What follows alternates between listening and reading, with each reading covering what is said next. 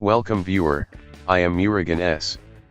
This video tutorial describes how to increase the volume of your laptop's speakers on Windows. Type Control Panel in Windows search bar, click Control Panel.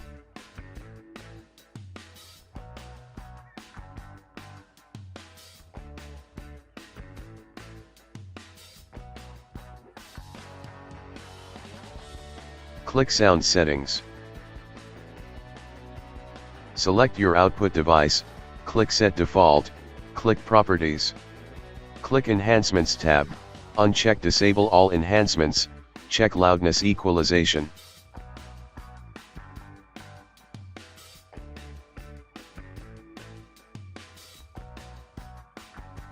Click Apply, click OK.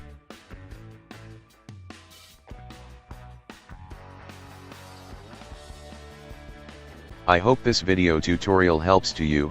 Please like, share and don't forget to subscribe my channel. Thank you very much. See you next video.